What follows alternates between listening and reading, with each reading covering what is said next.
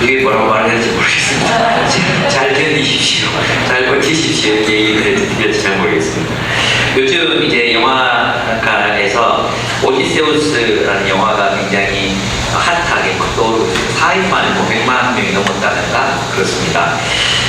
그런데 그 이야기에서 이제 놀란 감독이 말한 그 오디세우스와 원래 오디세우스 이야기가 많이 다르다고 합니다. 근데 그 핵심적인 사건은 뭐냐 하면 이제 선물, 전리품으로 남겨진 그 트로이의 목마가 그것을 선물로 받아들이고 환대했던 사람들이 그 안에 들어있었던 트로이 목마의 병사들 오디세우스에게 전멸을 당하는 그런 장면이 이제 핵심적인 장면으로 등장하고 있습니다. 고대 세계에서는 이제 선물이라든지 또는 그 환대라든지 낯선 이들을 이제 영접하는 것, 그것은 곧 신을 영접하는 것이라는 윤리가 있었습니다. 그래서 지금도 근동 지방에는 나그네들이라든지 손님들을 굉장히 이제 정말 조건 없이 환대하는 이유가 뭐냐 하면 그것은 신이 어떤 인간의 모습을 하고 와서 이제 방문하는 것이기 때문에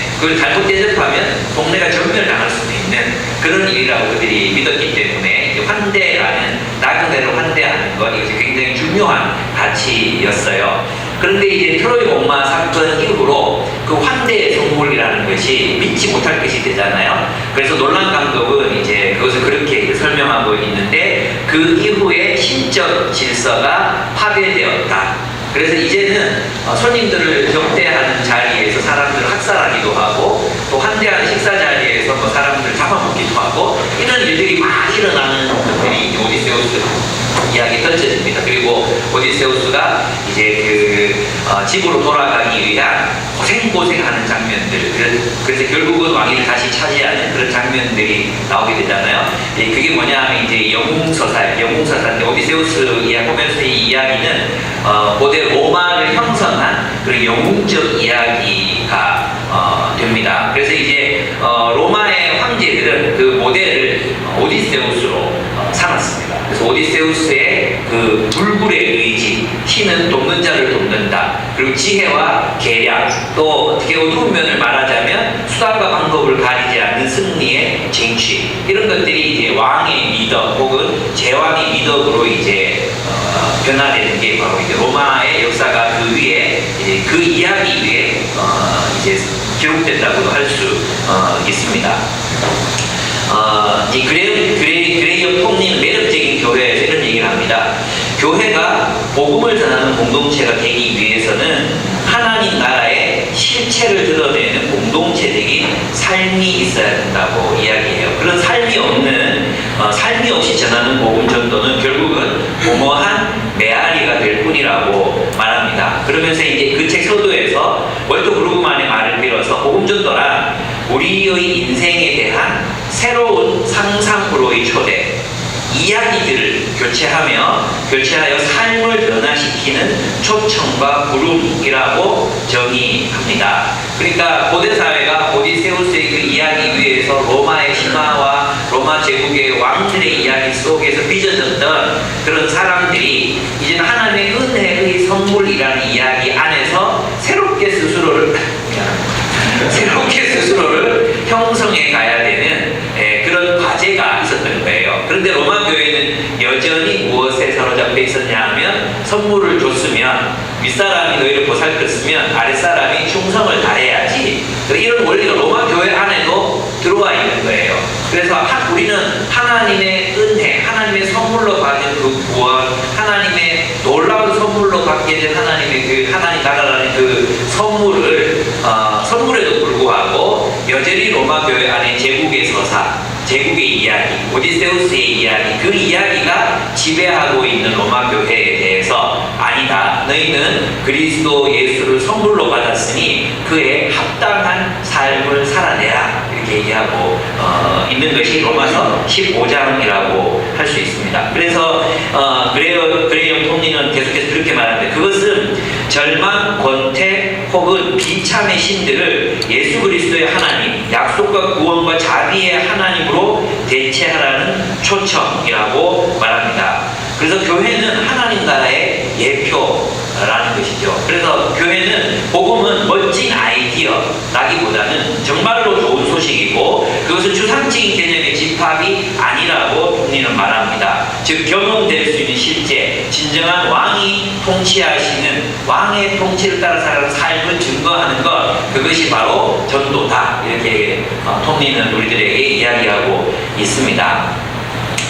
여기에 있잖아요. 이제 상상력, 집단적 상상력이 필요합니다.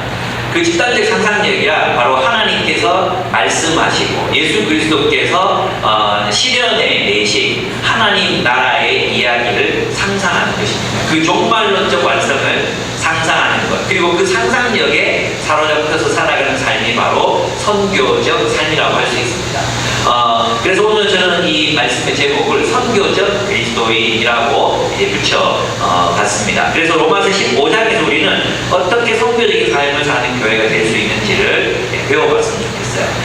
제가 그 서두에서 오디세이의 이야기를 한 이유는 뭐냐 하면 그 오디세이의 이야기, 그 이야기가 단순한 이야기 같지만 사실은 그 이야기가 로마를 형성하고 로마를 성장시켰던 이야기이고 로마인들이 몸담아 살았던 이야기잖아요. 저는 이야기의 힘을 여러분에게 말씀드리고 있는 것입니다. 그리고 고대인들의 선물과 환대라는 그 이야기가 오디세우스의 트로이의 목마로 깨어져 버렸을 때 또 어떤 이야기가 발생해서 오디세이라는 그 영웅서사가 발생하고 그것이 이상화되는지, 그럼 우리는 누구의 이야기에 속해서 누구의 이야기를 따라 살아가야 하는지, 그죠? 그것은 바로 선물로 주신 예수 그리스도, 그 그리스도라는 선물, 그리스도라는 은혜, 그분에 맞춰서 우리의 삶의 형성에 나가야 되는 것에 대해서 바울은 계속해서 끊임없이 이야기하고 있습니다. 먼저 그리스도를 따르는 선교적인 교회, 선교적인 삶을 사는 사람들은 첫째, 그리스도 예수를 따르는 상호 돌봄의 공동체를 세웁니다. 상호 돌봄의 공동체를 세우는 것. 그것은 세상의 서사와는 굉장히 다른 공동체가 세상에 세워진다는 것을 의미합니다. 15장 1절을 보면 믿음이 강한 우리는 믿음이 약한 사람들의 약점을 돌보아 주어야 합니다. 우리는 자기에게 좋을 때로만 해서는 안 됩니다. 라고 이야기하고 있습니다. 여기에서 본문에서 믿음이 강한 사람은 누구예요? 믿음이 강한 사람이란 그리스도의 관점으로 세상을 사는 사람들을 의미합니다. 예수 그리스도의 관점으로 세상을 사는 사람들이 믿음이 강한 사람이라고 얘기해요. 그럼 믿음이 약한 사람은 누구입니까? 여전히 세상의 관습에서 아직 자유롭지 못한, 세상의 규범에서 완전히 자유롭지 못한 사람들을 가리킵니다. 바울은 본문에서 이제 분명하게 자신이 믿음이 강한 사람에 속한다고 이야기하고 있습니다. 우리는 믿음이 약한 사람들의 믿음이 강한 우리는이라고 얘기하죠. 그러니까 믿음이 강한 사람들의 관점에 동의하고 있습니다. 믿음이 약한 사람들의 관점에 동의하지 않아요. 믿음이 강한 사람들의 관점에 동의하고 있어요. 그것이 옳다고 믿습니다. 그런데 그 옳음을 끝까지 숨 쉴 수 없을 정도로 믿음이 약한 자들을 몰아붙여서는 안 된다라고 이제 이야기하고 있는 것입니다. 바울은 본문에서 자신 믿음이 강한 사람, 즉 모든 것을 하나님이 주셨으므로 자유롭게 취할 수 있는 입장에 서 있는 사람이라고 분명하게 알립니다. 그러면서 그는 뭐라고 말하냐면 2절에 보시면 어떻게 말하고 있습니까? 우리는 저마다 자기의 이웃의 마음에 들게 행동하면서 이웃을 기쁘게 하기 위해서 행동하되 조건이 있습니다. 그의 유익을 구하고 덕을 세우라. 덕을 세우라는 것은 공동체를 건설하라 이런 뜻입니다. 덕을 세우라는 것은 공동체를 세워가라 이런 의미입니다. 그러니까 조건이 뭐예요? 그의 유익을 위하여 약한 자를 받으라는 거잖아요. 그리고 공동체의 덕을 세우기, 이게 조건절로 이제 붙고 있는 이야기입니다. 이것은 무엇을 의미하겠습니까? 이것은 만약에 이것은 이 믿음이 강한 자들이 식탁을 차린다고 한번 생각을 해보세요. 식탁을 차린다면 믿음이 강한 자들은 그 약한 자들을 배려해서 어떻게 식탁을 차리겠습니까? 환대하는 거죠. 그들을 식탁에서 배제시키지 않습니다. 근데 고기 먹기 싫어? 고기 먹기 싫어? 알았어. 내일 오지 마. 우리끼리 먹을 거야. 먹을 수 있다고 믿는 우리 강한 자들끼리 고기 먹지 마. 너희들끼리 뭐 채식이나 해. 이렇게 되는 건 배제죠, 배제. 그런데 믿음이 강한 자들은 그런 식의 배제의 식탁을 차리지 않는다는 것입니다. 환대하는 거예요. 누구를? 돼지를 먹는 것이 죄라고 생각하는 유대 그리스도인을 식탁에 초대하고 그들이 먹을 수 있는 음식들로 식탁을 차리겠죠. 그게 바로 그들의 유익을 위해서 공동체의 덕을 세우기 위해서 이웃을 기쁘게 하는 삶이라는 것입니다. 자기 관점대로, 자기 고집대로, 자기 옳다고 믿는 대로, 자기 생각대로 어떤 것을 밀어붙이는 것이 아니라 그것이 과연 저들에게 유익한가? 내가 이렇게 했을 때 저 사람이 유익을 얻을 수 있는가? 다시 말하면 그가 그리스도를 다시 생각하고 또 새롭게 검토해보고 성장이 길 걸을 수 있는가? 또 공동체를 세우는 일인가? 이런 것도 생각해야 되잖아요. 근데 만약 믿음이 강한 자들이 다 초대해놓고 먹든지 말든지 고기 내고 막 이렇게 만약에 한번 생각해보세요. 그럼 공동체가 무너지겠죠. 이게 예수 믿는 거야? 이게 그리스도를 따르는 거야? 그리고 아마 그들은 로마 교회를 떠났을지도 모르겠어요. 그래서 이것이 바로 자기를 기쁘게 하는 삶이 아니라 이웃의 유익과 공동체의 덕을 세우기 위해서 어떤 결정들을 하고 또 선택을 하라는 것입니다. 그래서 그들이 걸려 넘어지지 않도록 식탁을 차리는 것, 식탁에서 배제와 혐오가 일어나지 않도록 하는 것, 그의 유익을 위해 나의 권리를 내려놓는 것, 그것이 사랑이라고, 그것이 그리스도를 따르는 길이라고 설명합니다.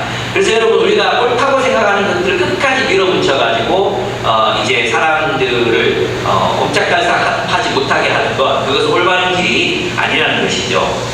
그러면서 이제 그리스도를 본으로 드는데 언뜻 보면 뜬금없이 보여요. 3절을 보시면 그리스도께서 자기에게 좋을 대로 하지 않으셨으니, 여기까지 이해가 되잖아요. 근데 성경이 기록하기를 주님을 비방하는 자들의 비방이 내게 떨어졌다 한 것과 같습니다, 이렇게 얘기하고 있어요.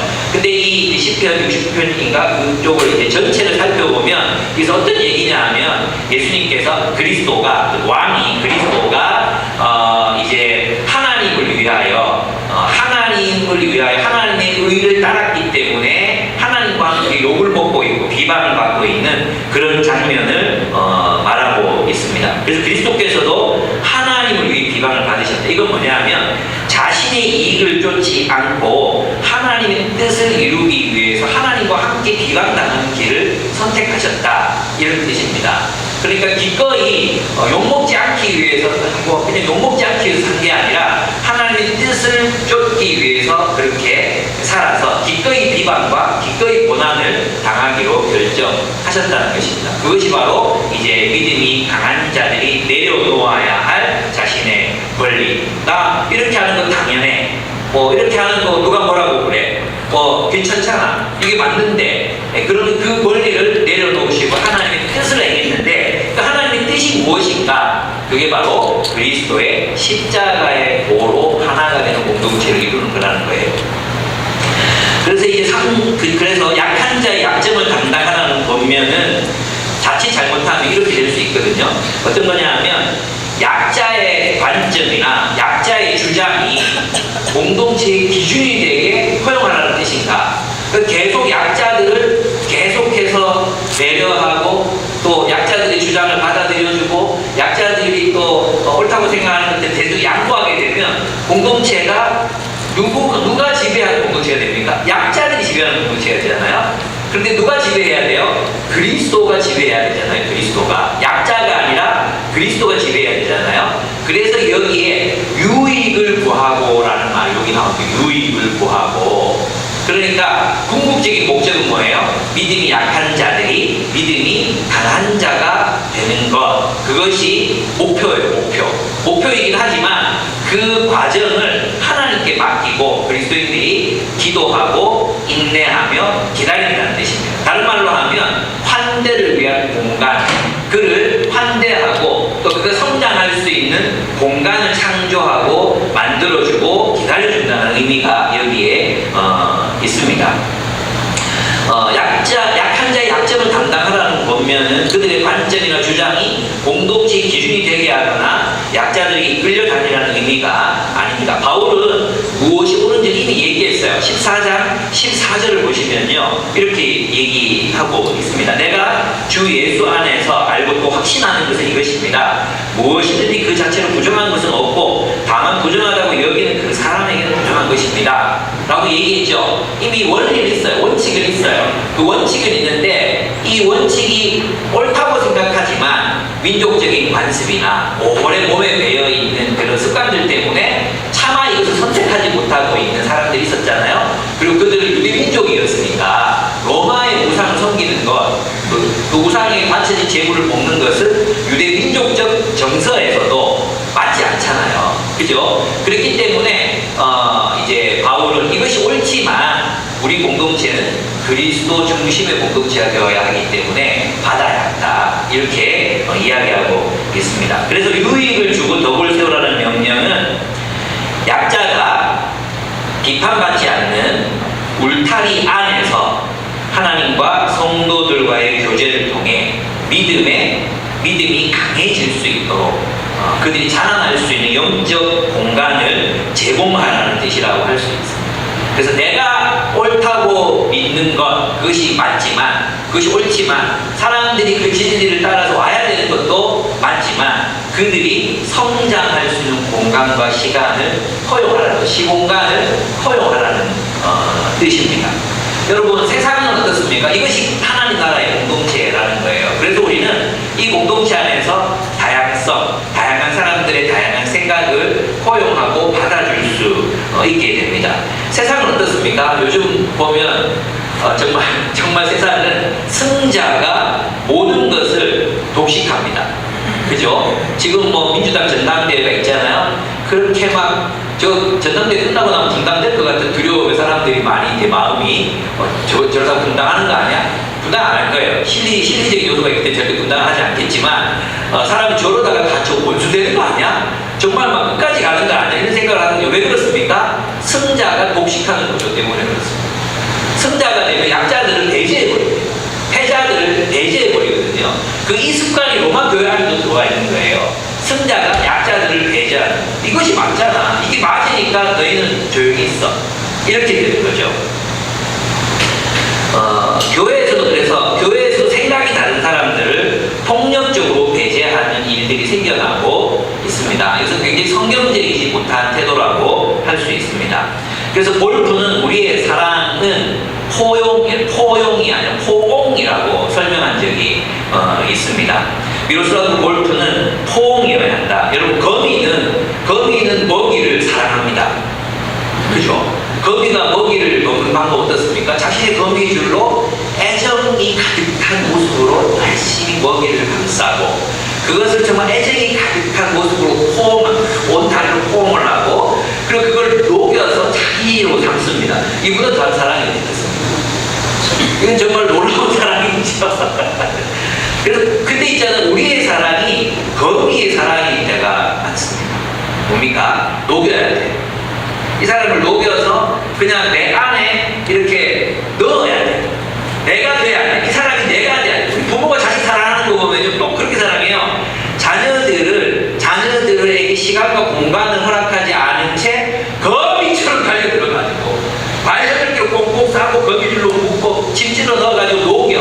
넌 나야. 넌 내가 돼야 돼. 나와 똑같은 존재가 돼야 돼. 그러면서 결국 자아가 없는 아이들을 우리가 길러내고 있는 것들을 우리 고백할 수 있지 않습니까? 저도 그랬고 여러분도 그러고 아니라고 말하지 마세요. 제가 다 알아요. 그렇게 하다가 아이를 망치는 일들이 얼마나 많이 생겨나고 있습니까? 볼프는 그래서 사랑은 뭐라고 그랬다고요? 포옹이라고. 포옹은 뭡니까? 서로를 포옹할 때 우리 서로를 녹이지 않습니다. 서로를 녹이자면 너 나한테 들어와.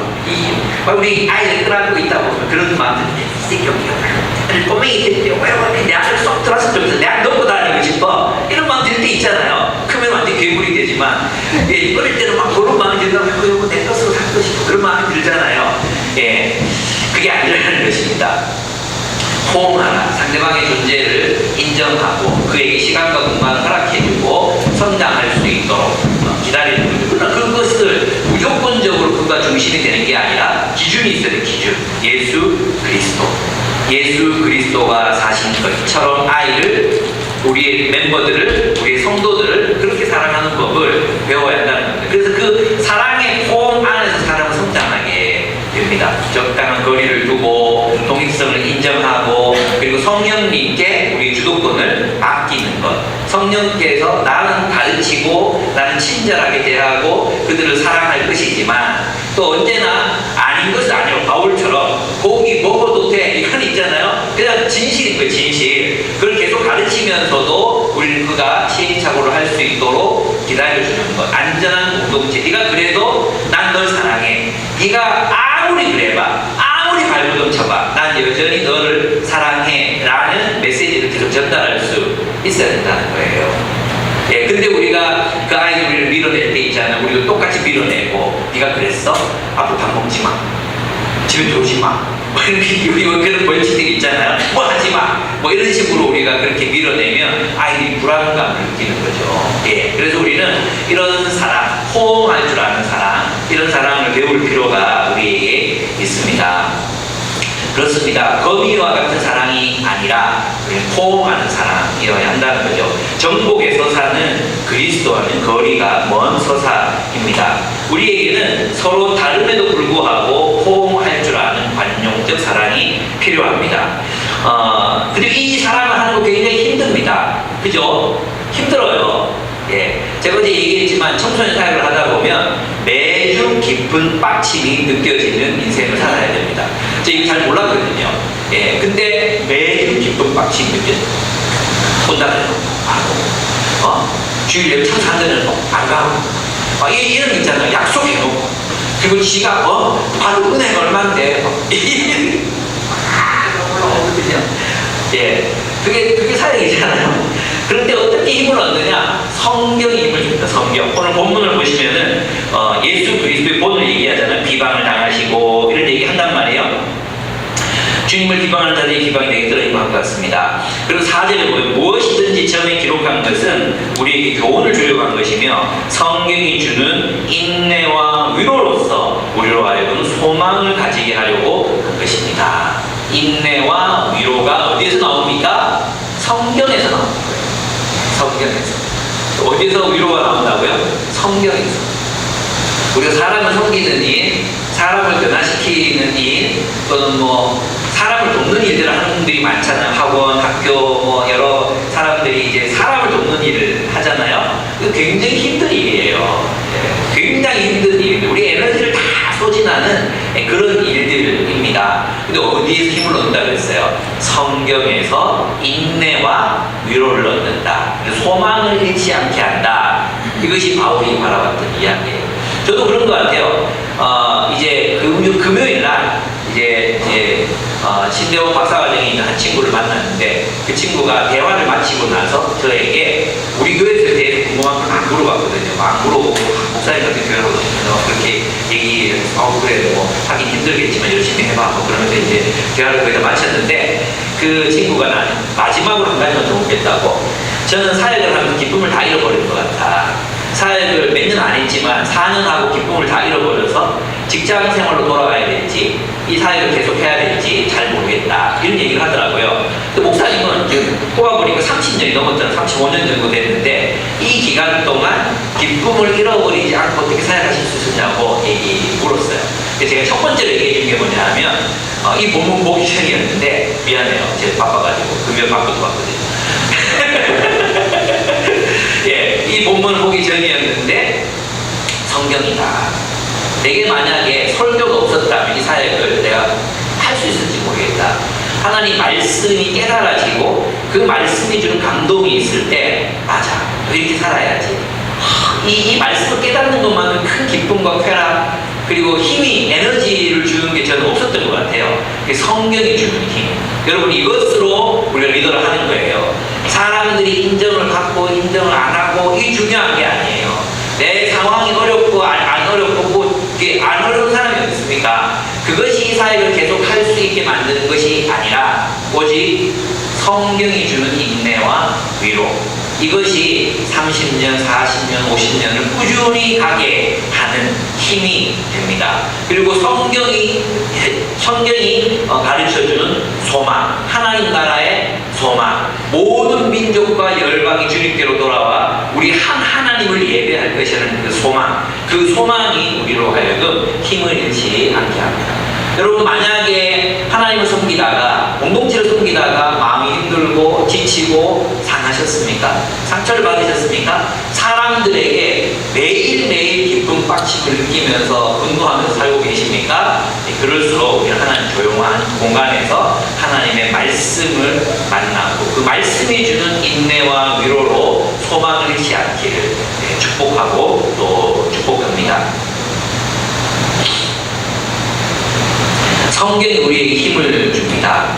네, 그렇습니다. 그러면 우리가 성경을 묵상하고 또 묵상해야 하는 이유, 연구하고 묵상해야 하는 이유는 바로 인내와 위로를 얻기 위해서라는 것입니다. 우리는 예수 그리스도를 본받아 이 본문을 보면 6절을 한번 보겠습니다. 6절을 보시면 같이 한번 읽어볼까요? 6절 시작. 한 마음과 한 입으로 하나님 우리 예수 그리스도의 아버지께 영광을 돌리게 해주시기를 바랍니다. 그랬죠? 그럼 한 마음과 한 입으로 하나님께 영광을 돌린다는 말이 뭐예요? 예배라는 거죠. 예배. 그러면 한 마음 한 입으로 하나님을 예배하는 존재가 되어야 되는데 그것은 우리의 모든 생각이 완전히 일치해야 되는 것이 아니라는 거예요. 오늘 이 본문을 보면요, 우리의 모든 생각이 그냥 다 천편일률적으로 뭐 개혁주의 사상 또는 뭐 아나베이티스적인 사상 이런 사상으로 다 통일되어야 하는 게 아니라 우리는 서로의 다름에도 불구하고 한 입으로 한 마음으로 하나님을 예배할 수 있다. 이것을 우리에게 가르칩니다. 그렇게 하려면 뭘 해야 되냐? 5절입니다. 5절 같이 읽어보겠습니다. 시작. 인내심과 위로를 주시는 하나님께서 여러분이 그리스도 예수를 본받아 같은 생각을 품게 하시고, 그러면 예수를 본받는 같은 생각은 뭐겠어요? 예수를 본받는 같은 생각은 자기를 비워서 십자가를 지신, 자기의 권리를 내려놓으심으로 우리를 사랑하신, 그죠? 그 사랑, 그 생각을 본받으라는 것입니다.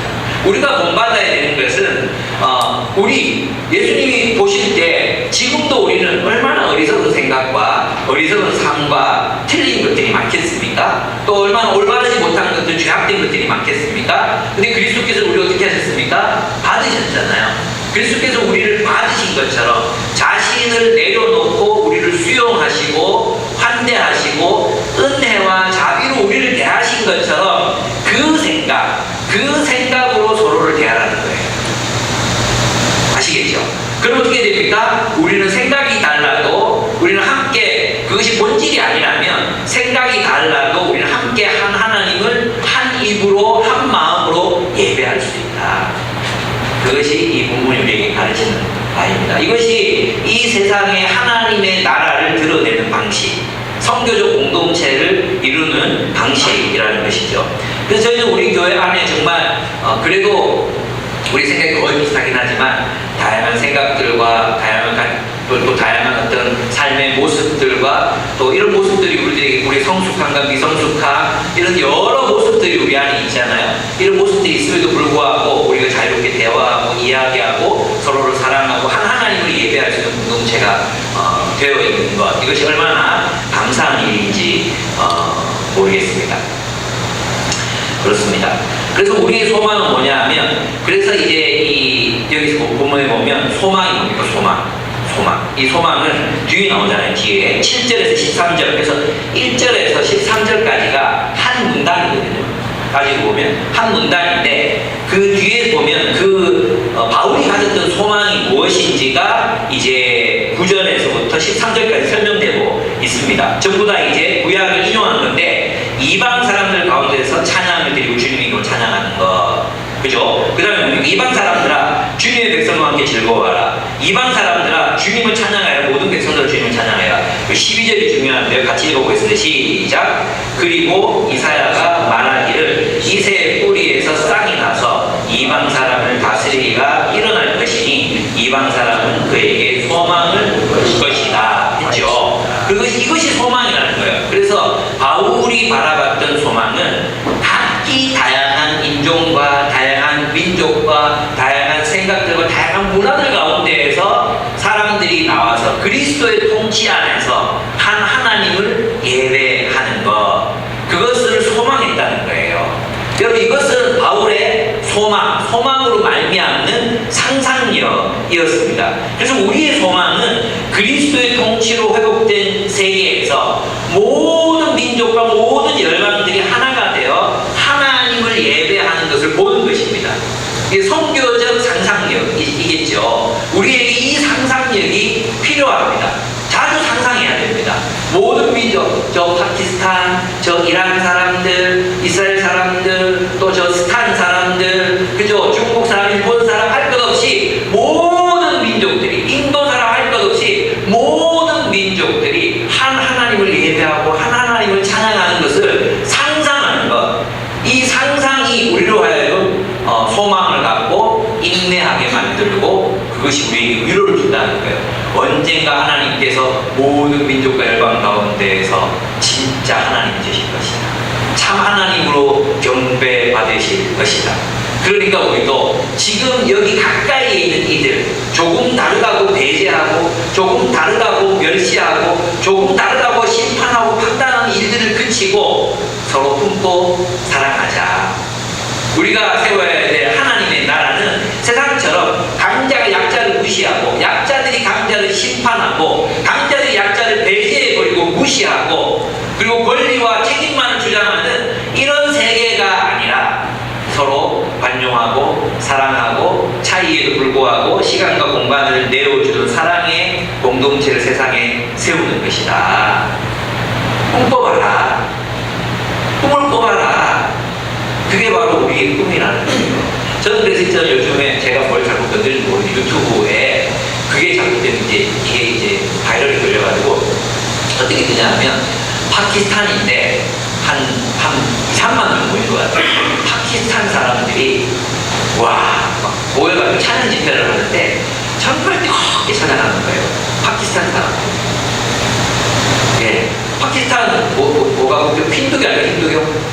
이슬람이죠. 이슬람이 미안합니다. 예, 이슬람이잖아요. 근데 거기서 공개적으로 수만 명이 모여 집회를 해요. 예, 여러분 이런 일들이 세계 본처에서 일어나고 있습니다. 이집트에서 일어나고요, 아프리카에서 일어나고요, 인도에서 일어나고요, 인도네시아에서 일어나고요. 이런 일들이 일어나고 있잖아요. 상상해야 됩니다. 그게 소망이잖아요. 소망. 여러분 우리가 자꾸 무엇을 소망하느냐 하면 안 되는 걸 소망해요. 이러다 한국 교회 망하겠다. 노인들이 다 죽거든 교회 없어지겠다. 이런 것들을 소망하잖아요. 근데 사도 바울은 우리가 이제 성경을 통해서 위로와 인내를 배우게 되면 소망을 포기하지 않게 되는 거죠. 저는 그래서 우리가 다시 한번 꿈꿔봐야 되겠다. 다시 한번 소망으로 우리 가슴이 불타야 되겠다. 그런 생각이 들었어요. 여러분 우리 시대에 정말 복음을 알지 못하는 수많은 사람들이 있지 않습니까? 저는 그래서 다시 꿈꾸기로 했어요. 제가 캠퍼스 때 꿈꿨던 그거, 영남대 노천강당에서 5,000명의 연대생들이 함께 모여서 하나님을 예배하고 찬양하는 날이 다시 올 거라고. 한 번도 된 적이 없지만 올 거라고. 저는 다시 한번 상상하기로 했습니다. 다시 한번 꿈꾸기로 했습니다. 모든 중고등학교에 정말 그리스도를 사랑하는 청소년들이 모여서 함께 큐티 모임을 갖고 학교에서 예배 모임을 갖고 수많은 청소년들이 뭐 하는데 그러면서 와서 하나님을 예배하는 그런 모습을 보고 싶습니다. 대구 지역 곳곳에 청년들과 청소년들이 주도가 돼서 교회들이 세워져 가고 싹이 돋고 그리고 수많은 우리 다음 세대들이 주님께로 돌아오는 교회로 가기 위해서 달려가는 모습, 그런 모습이 다시 일어나기를 꿈꾸기로 했습니다. 여러분 성경은 우리에게 그런 위로, 인내, 소망, 꿈을 꾸게 합니다. 그래서 이제 저와 함께 이제 학폭협에서 이제 함께 만났던 목사님들과 이번에 이제 사마리아에서 같이 가셨던 배준현 목사님, 성명교 목사님 계시거든요. 이분도 똑같은 생각을 했는데 뭔가 계기가 필요하다. 그래서 내년에 청년 집회를 대구 지역에 큰 청년 집회를 한번 열기로 했어요.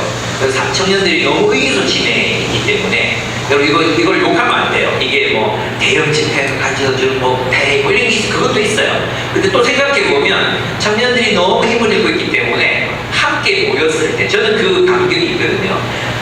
캠퍼스에서 10명, 뭐 15명 이렇게 모이다가 그때 전국수련회가 있었어요. 전국수련회가 있었어요. 많이 가지도 않았어요. 스텝하고 다 같이 700명이 모였는데 어떤 체육관이었어요. 체육관에서 예배를 드리는데 그게 그렇게 감동스러울 수 없었어요. 와, 이렇게 예수 믿는 청년들이 많구나. 이렇게 예수 믿는 사람들이 많구나. 근데 함께 찬양하고 함께 예배하는데 그때 그 감격을 잊을 수가 없거든요. 어쩌면 이것이 우리에게 필요할 수도 있겠다. 이런 생각이 제게 들었습니다. 그래서 다시 꿈꿀 수 있는 계기가 우리들에게 필요하지 않을까. 여러분도 있잖아요. 꿈을 꾸십시오. 상상하십시오. 그 상상력을 잃어버리면 우리의 삶은 죽어버립니다. 우리가 끝까지 꿈꾸고 상상할 수 있을 때 우리는 그 비전을 향해 달려갈 수 있습니다. 저는 제 주변에서 일어나는 많은 일들을 보면서 하나님이 여전히 살아서 역사하신다, 일하고 계신다는 것을 느낍니다. 정말로. 예, 우리 이제 87일 되는 우리 교회 사역자들께서 도와주고 남정희 목사님 교회 반석교회 가시거든요. 저는 한번 얘기 드렸잖아요. 정말 문제 청소년들, 아직 감옥에만 안 간 친구들인데 그 정서는 천종호 판사님이 섬기는 그 이제 보호청소년하고 거의 똑같은 애들, 담배 안 피는 애들이 한 명도 초등학교 6학년인데 초등학교 6학년 중학교 2학년 40명이 모여서 예배를 드리거든요. 매주마다. 근데 거기에 이제 성경학교 해달라고 우리 사역자들이 가요. 가가지고 이제 뭐 해주고 그러니까 찬양하고 성경 퀴즈 해달라. 그걸로 되겠나 싶은데 어쨌든 우리가 거기가 열심히 찬양하고 공동체 놀이하고 또 퀴즈, 성경 퀴즈 대회 하고 그렇게 할 거예요. 진짜 아무것도 없거든요. 예. 그 교회 프로그램 없어요. 아무것도 정말 여러분 이번에 가보시면 우리 사역자들이 가보고 하면 간증할 텐데 아무것도 없어요. 예. 그리고 뭐 그 목회자가 뭐 나이가 좋나 매력적인가 55세 노총각. 예? 돼지 농장이에요. 돼지 농장. 아침에 돼지 농장에 가서 새벽에 일하고 오면요 돼지 똥 냄새가 온몸에서 풍겨져 나와요. 향수 얼마나 뿌리고 나오는 이 향수 냄새하고 돼지 똥 냄새 섞이면 와, 정말 기가 막힙니다. 어쨌든 그 카페에 들어가면 그 냄새가 온통 같이 자기는 몰라. 목사님 환기 좀 해라. 그리고 가서 씻고 온나. 냄새 납니까? 대부분 알잖아요. 그럼 씻었는데 또 갈아입었는데 이러면서 막 얘기를 하는 거예요. 아무것도 없어요 진짜. 근데 오직 이 목사님의 꿈, 사랑, 헌신, 열정 이것만으로 교회가 되어가더라고요. 저는 지금 깜짝 놀랐어요. 예, 그분 보면서 정말 도전받는 게 많아요. 한 분 더 있어요. 우리 정태윤 전도사라고 이번에 이제 목사가 되거든요. 젊어요. 근데 이 친구는 뭐냐, 자기 교회에 청송에서 한 명 할머니가 온 거야. 할머니가 왔는데 이 할머니가 교회를 나왔어. 근데 자기가 할머니 맞지? 할머니 맞아. 할머니가 교회를 나왔어. 근데 청송에 자기 친구들한테 한 7가정이 있대. 독거 노인인데 매주 다니면서 먹을 것도 넣어주고 기도해주고 전도를 한다는 거예요. 근데 목사님이 가셔서 축복기도 한 번만 해주면 좋겠대 그랬대요. 그래가지고 이 목사님께서 매주 2시간씩 차를 몰고 청송에 가요. 예. 그리고 거기서 예배를 드리는 거예요. 근데 있잖아요. 1년이 안 되면 개척한 지 벌써 30명, 40명이 교회에 모여요. 노인부터 청년들까지. 여러분 지금도 부흥은 일어나요. 지금도 부흥이 일어나요. 누구의 부흥이 일어나는지 아십니까? 소망을 가진 사람, 상상력을 가진 사람. 정말 하나님이 역사하셔서 우리와 함께 하신다는 상상, 성령으로부터 인내와 위로를 배우고 그 비전을 포기하지 않는 사람들에게 이런 일들이 일어나게 됩니다. 우리 교회도 그 증거 중에 하나입니다. 사람들이 우리 교회 와보고 놀랍니다. 어떻게 이런 교회가 가능하냐고 묻습니다. 사람들이 꿈꾸는 교회로, 내가 꿈꿔왔던 교회 목사님이 우리 기쁨의 교회가 실현하고 계시네요라는 얘기를 저는 한두 명에게 들은 게 아닙니다. 그렇습니다. 여러분 우리가 이런 복음적 상상력, 성경이 말하는 이 놀라운 이 비전, 모든 이방 민족들과 열방이 주님께로 돌아올 것이라는 것을 꿈꾸십시오. 상상하십시오. 상상으로 기도하십시오. 그럴 때 하나님께서 우리와 함께 역사하실 것이라고 저는 믿습니다. 네. 두 번째는 바울을 따라 선교적인 삶을 살자는 것입니다.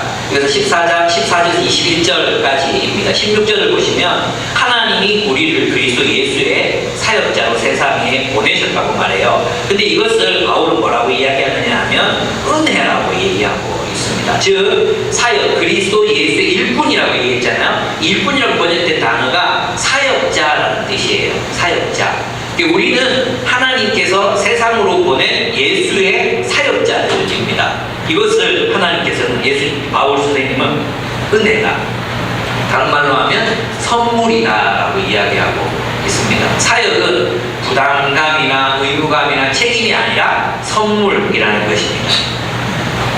바울에게 사역은 하나님의 은혜에 대한 응답이자 은혜 그 자체였다고 볼 수 있습니다. 예. 그래서 바울은 하나님께서 자신을 사용하셔서 그리스도의 일꾼으로 부르시고 이방인에게 복음을 전하고 그들을 하나님께 드리는 그 사명에, 그 하나님 나라의 그 사명에 자신이 참여하게 된 것을 늘 큰 은혜로 생각하고 여기고 살았던 것 같습니다. 그것이 은혜입니다.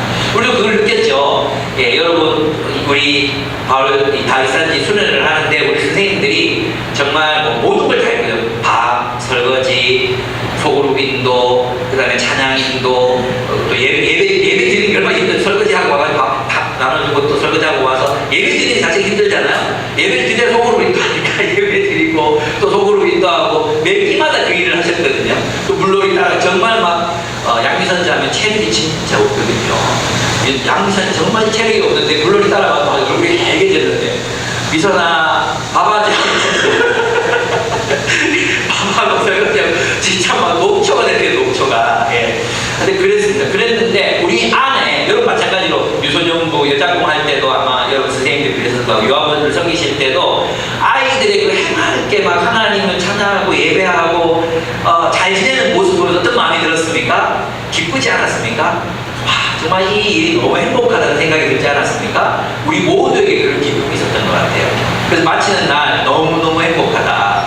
이 일을 같이 하게 된 것이 얼마나 행복한지 모르겠다는 얘기를 했거든요. 그렇습니다. 사역은 정말로 하나님 주신 은혜의 선물이라는 거죠. 그러면 이 선물을 받은 사람들이 해야 되는 일이 뭐냐 하면 이방 사람들을 하나님이 기뻐하시는 산제물로 바치는 거예요.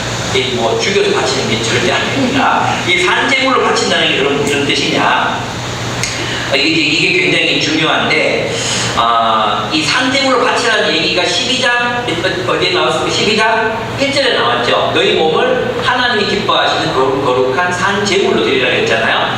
그리고 12장 1절에서 뒷부분을 보면 뭐가 나옵니까? 하나님 너희 각자에게 은사를 허락하셨는데 우리 각자가 그 은사로 지체가 되게 하셨으니까 한 몸을 이루라는 거예요. 맞습니까? 그러면 바울이 열심히 이방인들에게 복음을 전하고 하나님의 말씀을 가르쳐서 그들을 하나님 산 제물로 드린다는 건 뭐예요? 예, 그들로 하여금 한 몸의 공동체, 그리스도의 몸의 공동체를 이루도록 훈련시키는 거잖아요. 그게 바로 산 제물로 드리는 거예요. 다시 말하면 우리들의 사역은 어떤 겁니까? 복음을 전하고 사람들이 복음으로 양육을 받아서 샬롬을 이룰 수 있는 사람들을 기르는 거예요. 결국 뭐냐? 삼위일체 하나님의 상호 거주, 상호 내주, 서로의 사귐, 그 사귐 가운데 사람들이 그 사귐 속에 들어가서 그 어떤 장애물도 없이 완벽한 사귐을 이루는 상태가 되는 것, 그게 산제물이에요. 우리가 누군가를 하나님의 산제물로 드린다는 것은 그 사람을 성교서로 파송시키고 사역자를 시키고 목회자를 시킨다는 뜻이 아니라 평화를 이룰 수 있는 사람으로 길러내는 거예요. 다른 사람들과의 관계에서 용서하고 화해하고 사랑할 줄 아는 사람이 되게 하는 것, 그게 바울의 사역이었다니까요. 그게 로마서 12장 1절에서 뒷부분에 나오는, 그죠? 세상의 가치에 영향을 받지 않고 서로 돌보고, 아까 우리가 앞부분에서 얘기했던 것처럼 서로를 돌보고 강한 자가 약한 자를 섬기고 약한 자도 강한 자를 돌보는, 서로 받아들이는 그런 평화를 이루는 사귐, 그 사귐에 이르도록 하는 게 뭐예요? 산제물로 드리는 거예요. 그래서 우리의 인격이, 우리 안에 왜 우리가 진정한 사귐에 이르지 못합니까? 우리 안에 있는 죄책감, 또 우리 안에 있는 꽁냥꽁냥거리는 자존심, 이기심, 손해보기 싫은 마음들, 그리고 해결되지 않은 과거의 상처들, 옛 이야기들, 야망들, 세상의 가치, 이런 것들 때문에 우리가 진정한 사귐에 이르지 못하는 거예요. 자기를 방어하고 늘 자기를 보호하려고 하고 이익을 찾고, 그죠? 그래서 상처가 두렵고 무섭고 용기가 안 나고, 그래서 우리가 진정한 사귐에 도달하지 못하잖아요. 그래서 여러분 그 책 다시 만나는 교회를 보면 우리가 왜 제자훈련이 필요한가, 우리에게 왜 이런 성숙이 필요한가, 사귐 사귐을 위해서라는 거예요. 성숙 자체가 목적이 아니라 성숙을 통해서 이루는 사귐, 그 사귐, 코이노니아, 그 교제가 우리의 사역의 목표다. 그 삼위일체의 하나님과의 사귐의 공동체를 이루도록 하는 것, 그게 바로 이방인들을 제물로 드리는, 그 제물이 뭐예요? 유대인들, 이방인들, 한국 사람, 일본 사람, 중국 사람, 파키스탄 사람 할 것 없이 모두가 한 공동체로 서로가 사귀는 공동체로 하나님께 드려지는 것, 이게 하나님이 기뻐 받으신 산제물이라는 거예요. 이해가 되십니까?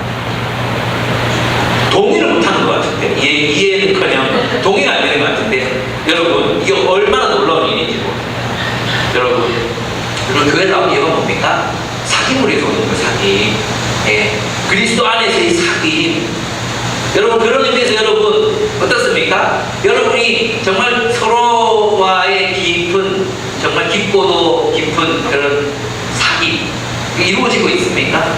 여전히 우리는 그리스도께서 자기를 위하지 않으시고 그랬잖아요. 이 사귐이 일어나려면 우리에게 자기 중심성이 아니라 타자를 생각하는 마음, 타자를 배려하고 고려하는 마음, 이게 없이는요 진정한 사귐이 일어나지 않습니다.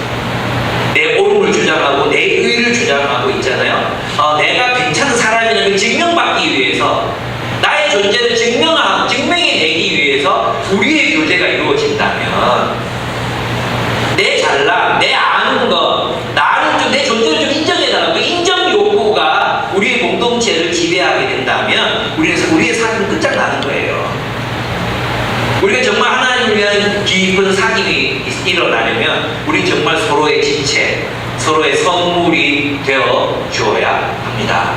그런 사귐의 공동체로 우리가 함께 성장하고 자라나기를 바랍니다. 우리 리더들의 목표는 뭐예요? 이 사람이 정말 서로를 잘 사귈 수 있는 사람으로 성장시키는 것. 그게 뭐예요? 결국 살아있는 사람, 다른 사람을 사랑할 수 있는 사람, 샬롬의 공동체를 살아낼 수 있는 사람으로 사람들을 길러내는 것, 그것이 우리의 서로의 본면의 목적이자 목표이다. 이것을 여러분들이 기억하셨으면 좋겠습니다. 네. 세 번째, 우리는 성령이 하신 능력으로 우리는 이 사역을 감당합니다. 사도 바울은 그랬어요. 그리스도께서 이방 사람들 복종하게 나를 시켜서 이뤄놓으신 것밖에는 아무것도 감히 말하지 않겠습니다. 그 일은 말과 행동으로, 표징과 이적의 능력으로, 성령의 권능으로 이루어졌습니다 했어요. 그럼 우리는 이렇게 생각하기 쉽거든요. 나한테 성령의 능력이 안 나타나, 내가 기도할 사람이 안 나, 그래서 나는 그럼 하나님의 복을 못 전하겠다고 생각하잖아요. 그게 아니에요. 여러분 바울의 삶을 가만히 들여다보면요, 표적을 구해서 일어난 일이 없었어요. 바울은 복음을 전했어요. 복음을 전했는데 하나님이 그 복음, 바울이 전한 복음을 복음이라고, 하나님께서 보내신 복음이라고 확정하시기 위해서 성령의 표적을 바울에게 허락하셨습니다. 이 말은 뭐냐면 우리가 복음을 위하여 나아갈 때 성령께서 일하실 거라는 거예요.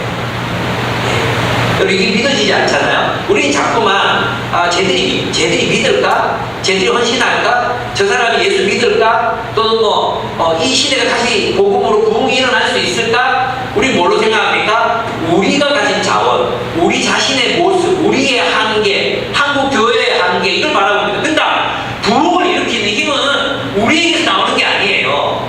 누가 우리를 부흥시키십니까? 성령이시거든요. 그러니까 우리가 할 일은 뭡니까? 말과 행동으로 복음을 전하는 거예요. 우리의 말과 행동으로 복음을 전할 때 성령께서 표징과 표적들로 우리 삶을 따라오게 하십니다. 이것은 기적입니다. 저는 사람이 변하는 건 정말 기적이라고 생각합니다. 근데 우리 교회를 보면 정말 우리가 변했잖아요. 여러분이 증인이시잖아요. 우리가 그리스도 안에서 변화되어 갔습니다. 우리가 그리스도의 열매들입니다. 우리의 아이들이 변화되어 가고 있습니다. 정말 놀랐어요. 저는 여러분들이 부모님이어서 집에서 보면 잘 못 느끼실지 모르겠지만 교회에서 보는 아이들의 모습은 정말 너무너무 사랑스러워요. 너무너무 사랑스러워요. 여러분들은 자기 아이들이 되게 막 못하는 것 같고 뭔가 사고도 많이 치는 것 같고 그렇잖아요. 우리 규종쌤 얘기로는 학교에서 만나는 애들하고 얘를 얘기하면 100배는 낫다고, 그렇게 온유하고 겸손하고 친절한 아이들이 없다고 그렇게 얘기하거든요. 정말로 그렇습니다. 그리고 하나님 말씀을 따라서 여러분 초등학교 2학년, 5학년, 6학년 때 내가 주님을 위해 살겠다 이런 결단해본 적 있습니까? 없잖아요. 솔직히 말해서. 그죠? 여러분들이 뭐 주를 위해 위해 하나님 나라를 위해 살겠습니다. 우리 공동체를 이루겠습니다. 이런 생각 초등학교 6학년 해봤습니까? 나도 안 해봤어요. 나도 못 해봤어요. 빨리 예배 안 끝나. 예배 끝나 집에 가야지. 이 생각만 하고 지냈단 말이에요. 근데 애들도 그렇게 생각할지 모르겠지만 다르거든요. 지금은 정말 달라요. 예. 이런 것이 기적이라고 저는 생각합니다. 예. 우리 7년 동안 예수 안 믿고 교회 다녔던 신의식 이런 게 있잖아요. 예? 어제 같이 나눔을 하는데 하나님 은혜를 의지한다고 얘기하더라고요. 우리 자식들한테 정말 내 자식들한테 너무 이렇게 내가 희망도 하고 자존심 상하고 그랬는데 하나님을 믿고 의지해야 되겠다. 내가 눈물을 흘리려다가 사람이 있어서 내가 안 흘렸거든요. 예. 변했잖아요. 자기는 7년 만에 바뀌어놓고 애들은 왜 그렇게 갑자기 바뀌냐고 생각하는지 진짜 이게 자기를 왜 생각을 못하니 지는 그래놓고 근데 애들 보면 걔들 정말 너무너무 사랑스럽거든요. 기용이도 얼마나 사랑스럽고 태원이도 얼마나 사랑스러운지 모릅니다. 그렇습니다. 이 아이들이 다음 세대가 하나님 안에서 변화되어가고 있다는 것 자체가 저는 기적이라고 생각합니다. 막 잠자리에서 장수까지 다른 친구들이 있었거든요. 갈등도 있었어요. 근데 말씀 듣더니 제가 참아보겠습니다. 집에 내려가려고 그랬는데 제가 견뎌보겠습니다. 한번 해보겠습니다. 끝까지 있었던 형제도 막 나타나고 예. 저는 너무 행복해요. 이게 상상이 막 됩니다. 애들이 막 자라가지고 교회 다니잖아요. 또 아마 이 친구들이 지금 우리 교회 규모만큼 성장할 거 아니에요. 그런 생각하면 어떤 일들이 일어날까. 예, 저는 꿈꾸게 됩니다. 이 아이들 보면 처음에는 진짜 늙었고 이건 퇴직전이 무슨 개고생이고 이런 생각을 했는데 지금 그렇지 않습니다. 너무너무 행복하고 너무너무 제가 충만해요. 예. 아마 다른 사람들도 그런 것 같아요. 여러분들 올려놓은 입소정부 여하고 보니까 애들이 너무너무 행복해 하더라고요. 그래 이렇게 하면 된다. 우리는 그냥 순종할 뿐이다. 우리는 그냥 말과 행동으로 그냥 가면 성령께서 표적을 일으키십니다. 그래서 여러분 하나님 일을 하면서 있잖아요. 우리 자신만을 바라보고 우리 자신이 가진 자원만 바라보는 게 제일 바보 같은 일 같아요. 하나님 어떻게 하실지 모른다. 이렇게 생각하고 소망하고 함께 나갔으면 좋겠습니다. 여러분 성령을 믿으십니까? 아멘. 우리가 순종할 때 성령께서 이적과 표징을 나타내실 것을 믿으십니까? 아멘. 성령의 권능이 역사하고 계시다는 사실, 지금도 성교에 여기신 성령께서 우리 가운데 일하고 계시다는 사실, 그래서 믿음과 소망으로 이 길을 걷는 사람들에게 함께 하시고 열매를 주실 것이라는 이 사실, 이 약속을 믿으십니까? 아멘. 크게 한번 크게 믿으십니까? 아멘. 아니 봉사심을 믿습니까? 아멘. 예. 그 믿음이 우리로 하여금 우리의 한계를 깨게 만들고 상상하게 만들고 소망을 갖게 만듭니다. 그래서 22절 33절은 다른 게 아닙니다. 바울이 뭘 꿈꾸고 있습니까? 로마로 가야 하리라, 예루살렘에도 들러야 하리라, 스페인으로 갈 것이다. 뭘 꿈꾸고 있습니까? 세계의 복음화를 꿈꾸고 있습니까?